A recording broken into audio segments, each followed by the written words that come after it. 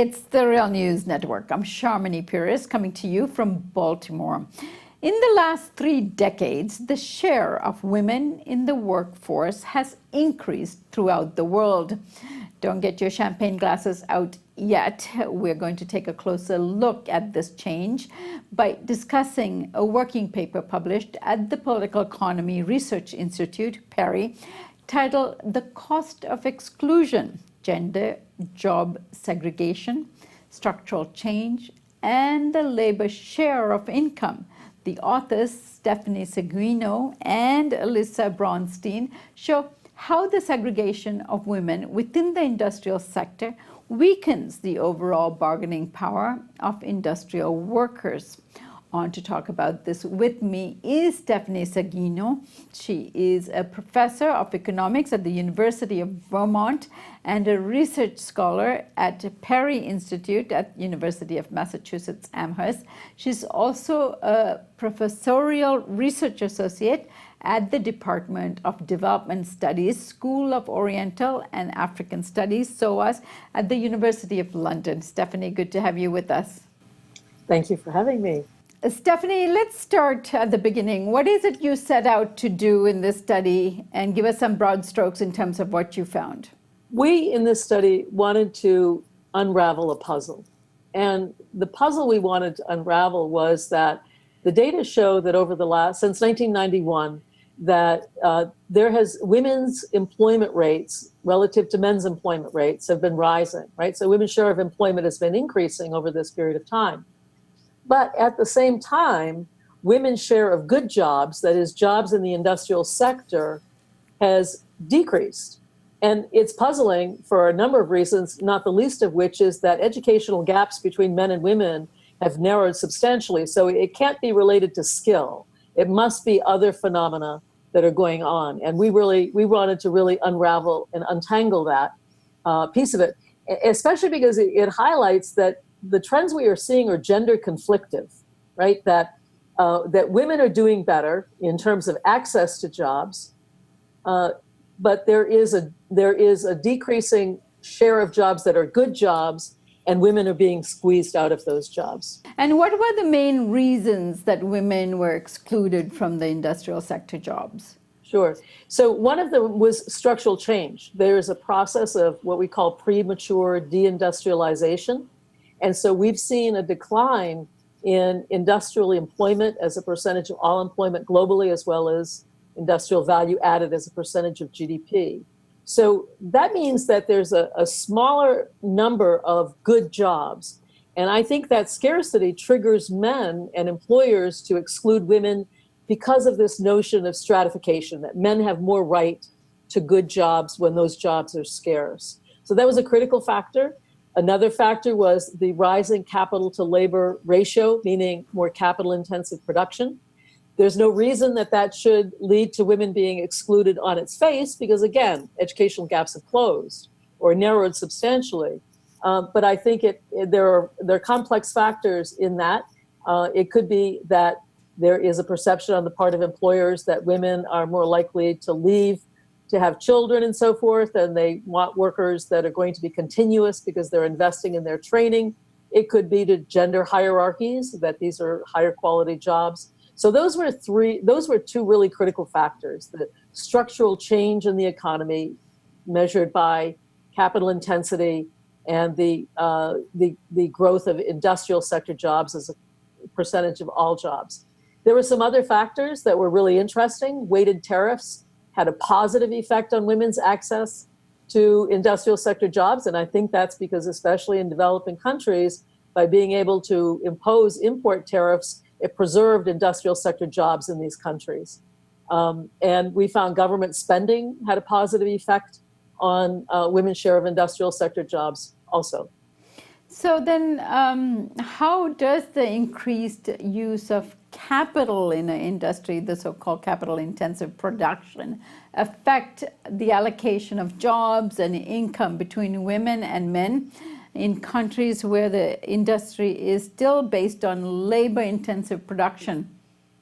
So here's the deal. We wanted to analyze, in particular, the issues around structural change, whether it's technology or rules around globalization, such as trade and tariffs and FDI and so forth, as well as I said, the overall structural change of the economy in terms of the types of goods that are produced. So we controlled for labor supply factors, women and men's labor force education, participation rates, gender differences in education. And once we did that, here's what we found was that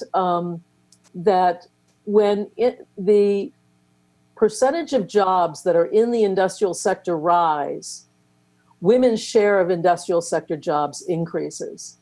And why is that important? Well, basically, what's been happening is the opposite, that industrial sector jobs are declining in most countries. And this is something that Danny Roderick and others have called premature deindustrialization. So there's increasing scarcity of good jobs.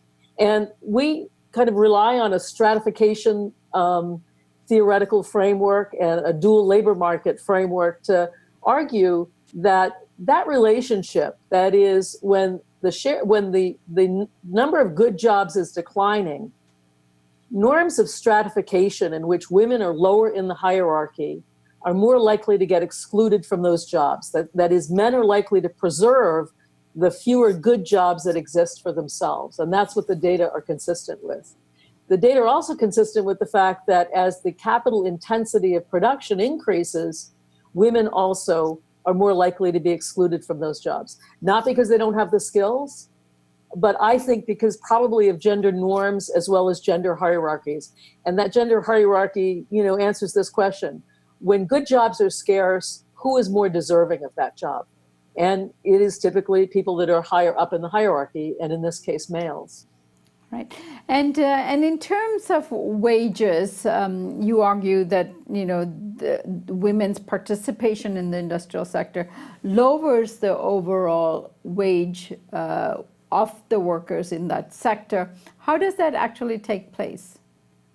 I think it's through a bargaining power process, right? When you're doing an aggregate analysis that Alyssa and I did, you can't really get down to the micro level. You need a micro level data set to help you figure that out. But I think what's going on is a bargaining process that men are less able to bargain for higher wages because their fallback position is weaker, in the sense that there are fewer good jobs and that women are segregated into the low quality jobs, and that gender nature of those jobs really, for a variety of reasons, depresses wages there. And so men recognize that there's a huge cost to losing their job in the industrial sector. And it therefore weakens them in terms of their willingness to bargain aggressively for higher wages. Stephanie, you have chosen to use an econometric model for your paper to show the correlation between various factors. Now, often, particularly when you do gender-related research, you put in a lot of qualitative analysis into it, but you choose an econometric model, and usually this is associated with mainstream neoclassical economics as they reduce complex social and political realities into numerical relations. Why did you choose this as the model? All of my, most of my work has relied on quantitative analysis. And I think it's important to move from anecdote to these kinds of analyses that will tell us about patterns in the data. But you can't really build these models without this kind of this qualitative micro level analysis. So, a lot of what Alyssa and I were theorizing around dual labor markets has been micro level analysis and qualitative analysis. So that informs the way that we construct these models. And I think that these quantitative models are important because they do tell you about patterns in the data. They're one piece of a variety of pieces of evidence that you need to make your case. And I often think about this in the way that I think about legal cases in court. There's very rarely a single piece of evidence that a lawyer relies on to convince the jury. Usually it's a variety of pieces of data. And so this kind of econometric analysis is one piece of data. It happens to be consistent with the qualitative studies that we're hearing around the quality of jobs in developing countries in the process of globalization, and it's consistent with stratification theory. So I think that it's, as I said, it's one piece of a larger array of pieces of evidence. And the question is, does this piece of evidence line up with the conclusions of the other methodological approaches? And if it does, you have a very strong case. Stephanie, in what way will these findings be incorporated into policy? That is a good question. We did this, Alyssa and I did this work, and it is chapter 5 in the new UNCTAD flagship report, the Trade and Investment Report for 2017. And I think in that context, because it will be widely distributed amongst UN organizations and hopefully widely read, that will begin some discussions around policies that could be used to address the issues raised in the paper. All right, Stephanie, I thank you so much for joining us, and all the best with your paper. Thanks so much. Thank you. And thank you for joining us on the Real News Network.